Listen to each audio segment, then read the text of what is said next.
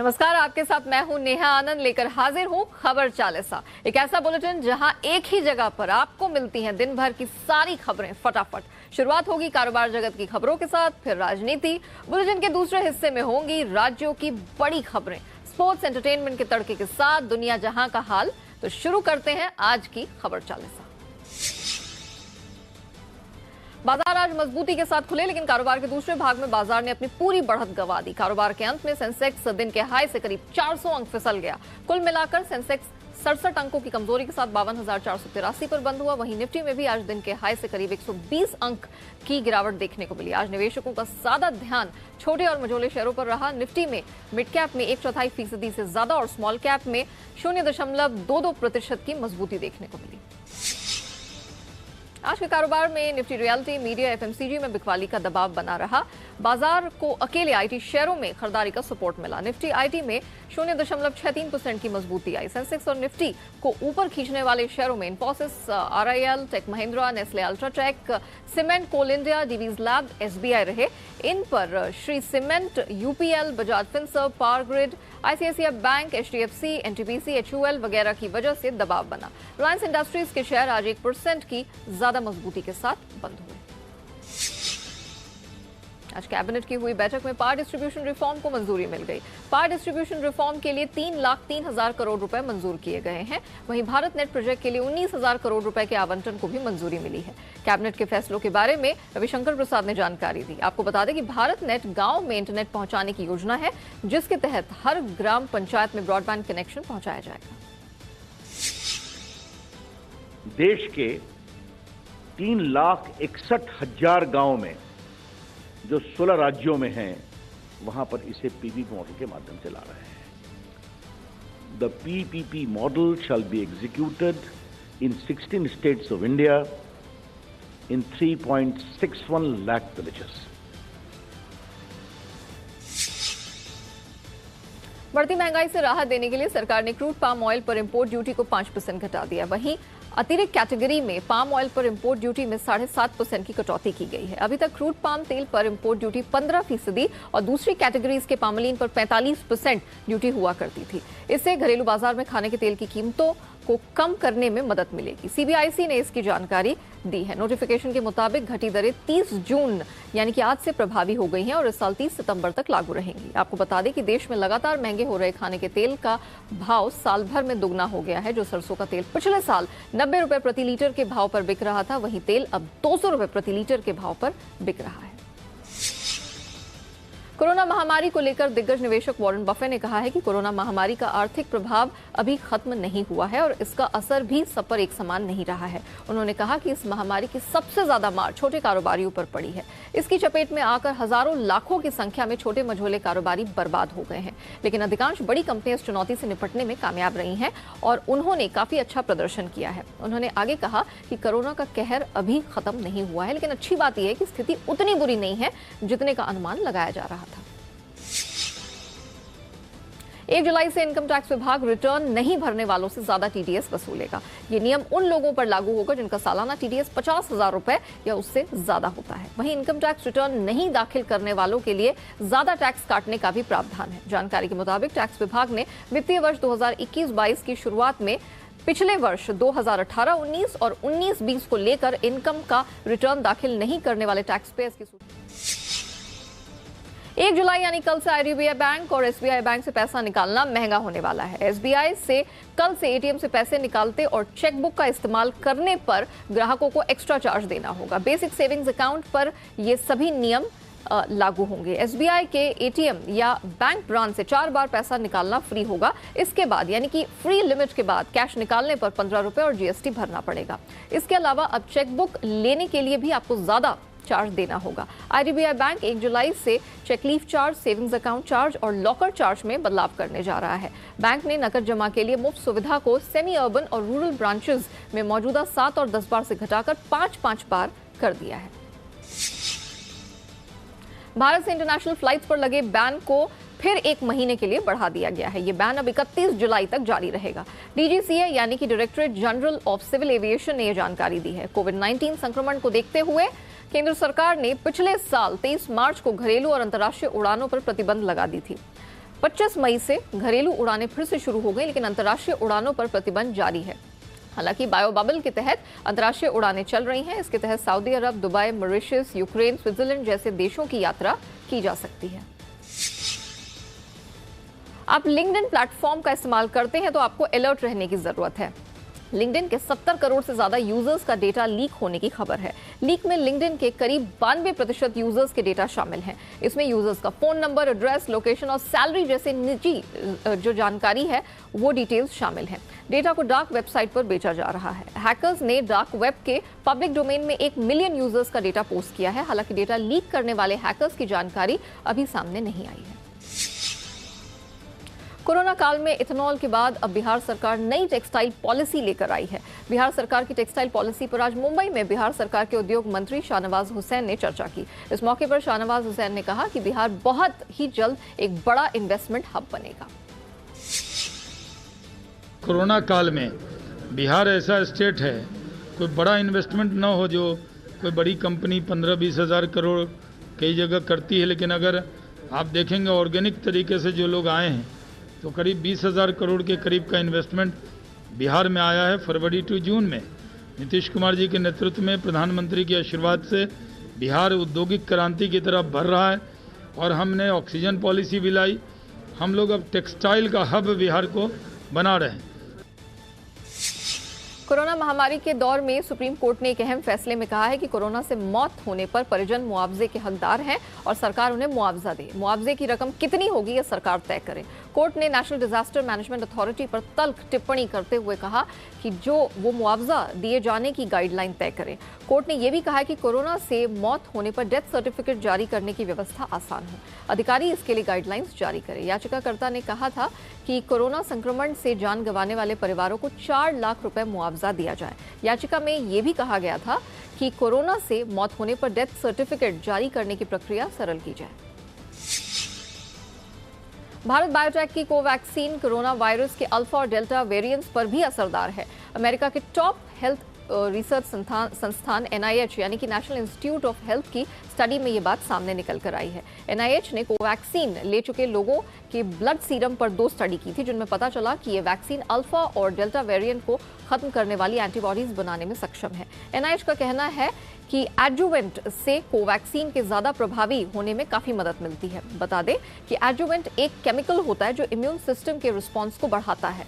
इसका इस्तेमाल आमतौर पर वैक्सीन के असर को बढ़ाने के लिए होता है। भारत, अमेरिका और यूरोप से इसे इंपोर्ट करता है। फर्जी टीकाकरण के मामले में केंद्र सरकार एक्शन में है। केंद्र ने पश्चिम बंगाल सरकार से 2 दिन में राज्य में फर्जी टीकाकरण के मामले पर जवाब मांगा है। इसके साथ ही केंद्र ने पश्चिम बंगाल सरकार से ऐसे लोगों पर सख्त कार्रवाई करने के निर्देश दिए हैं जो फर्जी टीकाकरण में शामिल हैं। इसे लेकर केंद्र स्वास्थ्य सचिव राजेश भूषण ने पश्चिम बंगाल के मुख्य सचिव को चिट्ठी लिखी है। आपको बता दें कि बंगाल विधानसभा में नेता प्रतिपक्ष और बीजेपी विधायक शुभेंदु अधिकारी ने राज्य में फर्जी टीकाकरण को लेकर केंद्र स्वास्थ्य मंत्रालय से शिकायत की थी। कोरोना महामारी की दूसरी लहर से जूझने के बाद अब भारत में हालात सामान्य होने लगे हैं। लगातार तीसरे दिन कोरोना मामले 50,000 से कम दर्ज हुए हैं और मौत का आंकड़ा भी कम हुआ है। स्वास्थ्य मंत्रालय के आंकड़ों पर अगर नजर डाली जाए तो पिछले 24 घंटे में 45,951 नए कोरोना केसेस सामने आए हैं और 817 संक्रमितों की मौत हुई है। इससे पहले सोमवार को 46,148 और मंगलवार को 37,566 कोरोना केस आए थे। वहीं पिछले 24 घंटे में 60,729 लोग कोरोना से ठीक भी हुए हैं। फिलहाल देश में कोरोना के एक्टिव केसेस 5,37,000 है। वहीं कोरोना की रोकथाम के लिए चलाए जा रहे अभियान के तहत अब तक 33 करोड़ से ज्यादा वैक्सीनेशन हो चुका है। दिल्ली में अनलॉक के तहत बाजारों को खोल देने की छूट तो दे दी गई है, लेकिन इसके साथ ही ये भी कहा गया है कि बाजार में कोविड अप्रोप्रिएट बिहेवियर का पालन कराना जरूरी होगा और नियम उल्लंघन होने पर सख्त कार्रवाई की जाएगी। इसी के तहत दिल्ली के बड़े और मुख्य बाजारों में से एक लक्ष्मी नगर मेन बाजार के खिलाफ प्रशासन की ओर से बड़ी कार्रवाई की गई है। लक्ष्मी नगर मेन मार्केट को 5 जुलाई तक के लिए बंद कर दिया गया है। लक्ष्मी नगर मेन बाजार के अलावा आसपास के बाजारों को भी बंद करने का आदेश दिया गया है। पंजाब कांग्रेस में जारी अंतरकलह के बीच आज कांग्रेस के दिल्ली दरबार में नवजोत सिंह सिद्धू ने पार्टी महासचिव प्रियंका गांधी वाड्रा से मुलाकात की। सिद्धू ने प्रियंका गांधी वाड्रा के साथ तस्वीर शेयर करते हुए लिखा कि उनकी प्रियंका गांधी जी के साथ लंबी बैठक हुई है। बता दें कि पंजाब में अगले साल होने वाले विधानसभा चुनाव से पहले कांग्रेस घर में ही मुश्किलों का सामना कर रही है, लेकिन दिल्ली में हो रही महामीटिंग के बाद उम्मीद जताई जा रही है कि जुलाई के पहले हफ्ते में पंजाब कांग्रेस का विवाद खत्म हो सकता है। वहीं पंजाब कांग्रेस में घमासान पर केंद्रीय मंत्री मुख्तार अब्बास नकवी ने कहा है कि कांग्रेस की रस्सी जल गई लेकिन ऐंठन नहीं गई।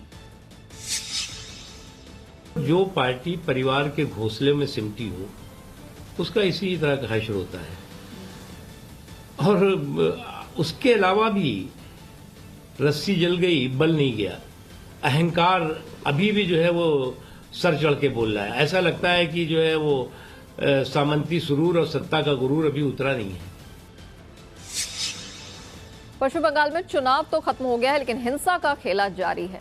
बंगाल के जादवपुर में हिंसा की जांच करने वाली गई एनएचआरसी की टीम पर हमले की कोशिश हुई है।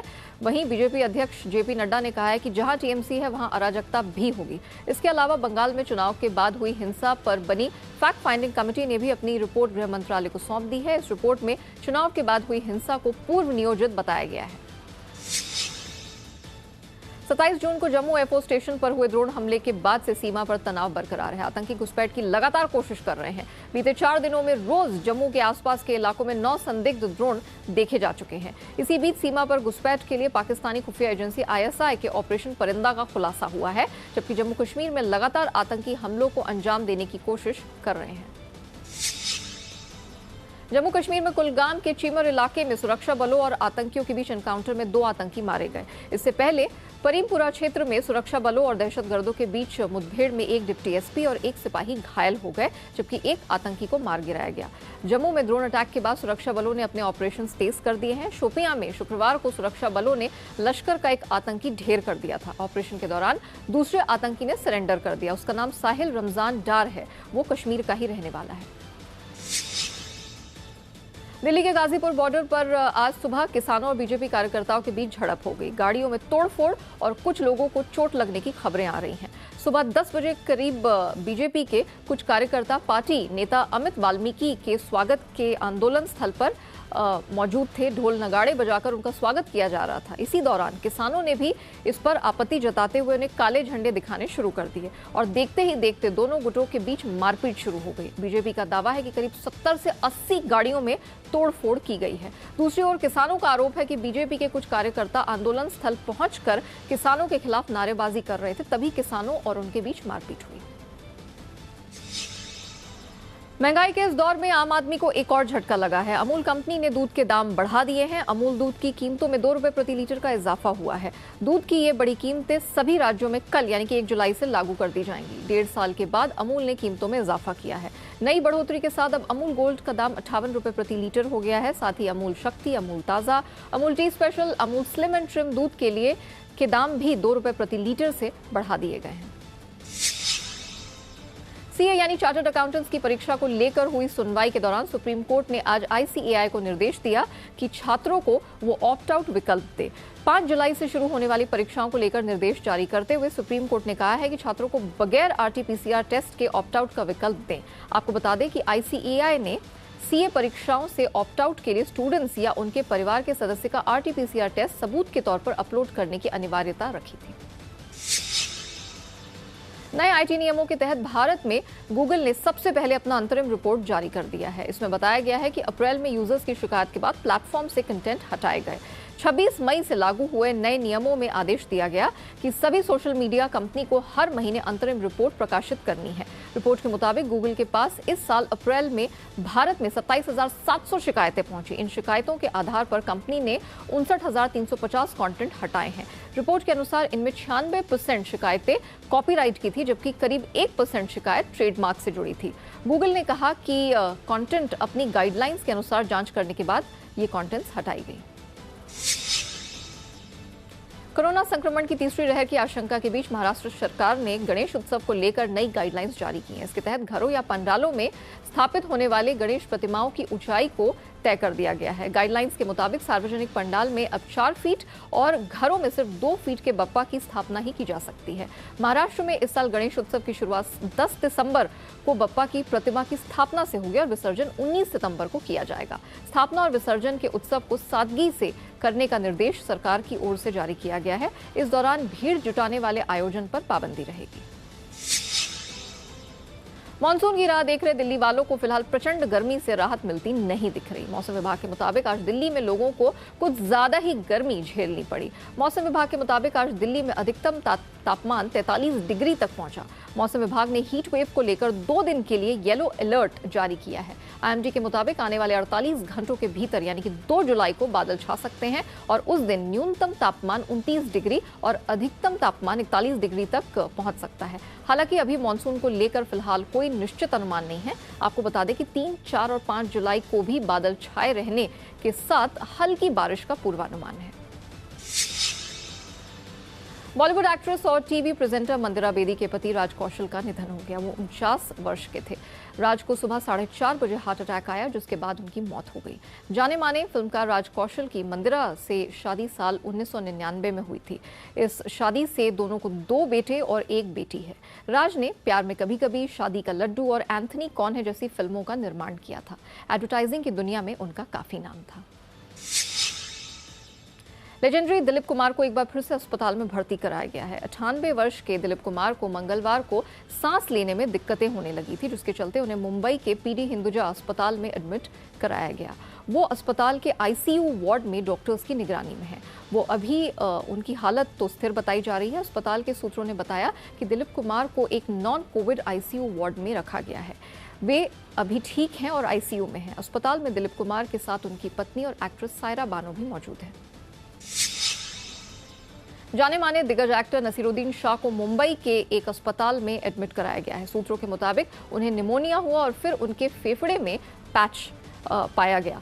नसीरुद्दीन की पत्नी रत्ना पाठक और उनके बच्चे भी हॉस्पिटल में उनके साथ हैं। हालांकि अभी उनकी हालत स्थिर है। कुछ मीडिया रिपोर्ट्स के मुताबिक नसीर साहब पिछले 2 दिनों से अस्पताल में भर्ती हैं। उनके परिवार की तरफ से स्टेटमेंट आना अभी बाकी है। बॉलीवुड एक्ट्रेस कंगना रनौत पिछले कई दिनों से अपने पासपोर्ट रिन्यूअल को लेकर परेशान थी। कंगना पर चल रहे कुछ केसेस के चलते पासपोर्ट विभाग ने एक्ट्रेस का पासपोर्ट रिन्यू करने से इनकार कर दिया था, जिसके बाद कंगना ने बॉम्बे हाईकोर्ट का दरवाजा खटखटाया। लेकिन अब अभिनेत्री को आखिरकार उनका नया पासपोर्ट मिल गया है। इस बात की जानकारी एक्ट्रेस ने खुद अपने सोशल मीडिया अकाउंट इंस्टाग्राम के जरिए दी। आपको बता दें कि कंगना को अपनी फिल्म धाकड़ के शूट के लिए देश के बाहर जाना था। सिनेमाघरों के लिए बनाई गई फरहान अख्तर की फिल्म तूफान 16 जुलाई को Amazon प्राइम वीडियो पर रिलीज की जा रही है। आज मेकर्स ने फिल्म का ट्रेलर रिलीज किया। तूफान एक स्पोर्ट्स ड्रामा फिल्म है, जिसमें फरहान एक बॉक्सर के किरदार में नजर आएंगे। भाग मिल्खा भाग के बाद राकेश ओम प्रकाश मेहरा ने इस फिल्म में फरहान अख्तर को एक बार फिर डायरेक्ट किया है। बाकी स्टारकास्ट की अगर बात करें तो मृणाल ठाकुर, परेश रावल भी अहम किरदारों में दिखेंगे। बीसीसीआई ने राजीव गांधी खेल रत्न पुरस्कार के लिए रविचंद्रन अश्विन और मिताली राज का नाम भेजने का फैसला किया है। अर्जुन अवार्ड के लिए लोकेश राहुल, जसप्रीत बुमराह और शिखर धवन के नाम प्रस्तावित किए जाएंगे। ये जानकारी बीसीसीआई सूत्रों ने न्यूज एजेंसी को दी है। वहीं ऑल इंडिया फुटबॉल फेडरेशन की ओर से खेल रत्न के लिए स्टार फुटबॉलर सुनील छेत्री का नाम भेजा जाएगा। सुनील ने हाल ही में इंटरनेशनल गोल के मामले में लायनल मेसी को पीछे छोड़ दिया है। 7 बार विजेता रही सेरेना विलियम्स चोट की वजह से विंबलडन के दूसरे राउंड से बाहर हो गई हैं। मंगलवार को टूर्नामेंट के पहले मैच में चोटिल हो गई थी वो, जिसके बाद उन्होंने टूर्नामेंट से हटने का फैसला लिया। एलेक्सेंड्रा के खिलाफ मुकाबले में सेरेना का बैलेंस बिगड़ गया और उनके पैर में चोट लग गई। उसके बाद उन्होंने मेडिकल टाइम आउट लिया और खेल जारी रखने की कोशिश की, मगर उन्होंने जैसे ही खेलने की कोशिश की उनकी आंखों में आंसू आ गए। दर्शकों ने खड़े होकर उनका अभिवादन किया और उन्होंने मैच को बीच में छोड़ने का फैसला लिया। वहीं महिलाओं में वर्ल्ड नंबर 1 ऑस्ट्रेलिया की एशले बार्टी, रूसी खिलाड़ी डैनियल मेडवेडेव, जर्मनी के अलेक्जेंडर ज़्वेरेव ने दूसरे राउंड में अपनी जगह बना ली है। बार्टी ने पहले राउंड में स्पेन की कार्ला सुआरेज नवारो को 6-1, 6-7 से हराया है। वहीं मेदवेदेव ने जर्मनी के जेंस स्ट्राफ पर जीत हासिल की। उधर ज़्वेरेव ने नीदरलैंड के टैलन ग्रीक्स कूपर को 6-3, 6-4, 6-1 से हराकर दूसरे दौर में अपनी जगह बनाई।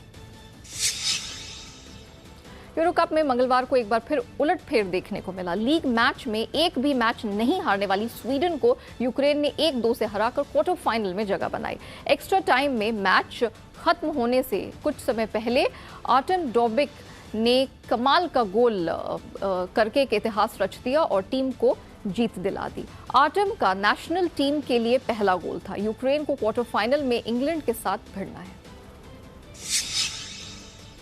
भारतीय गोल्फर अदिति अशोक दूसरी बार ओलंपिक के लिए क्वालिफाई कर गई हैं। इंटरनेशनल गोल्फ फेडरेशन ने ओलंपिक के लिए महिला खिलाड़ियों के नामों की सूची जारी की है। इससे पहले पिछले हफ्ते पुरुषों की जारी सूची में अनिर्बान लाहिरी ओलंपिक के लिए क्वालिफाई कर गए थे। लाहिरी सूची में 60वें स्थान पर हैं। टोक्यो ओलंपिक 23 जुलाई से 8 अगस्त तक होना है।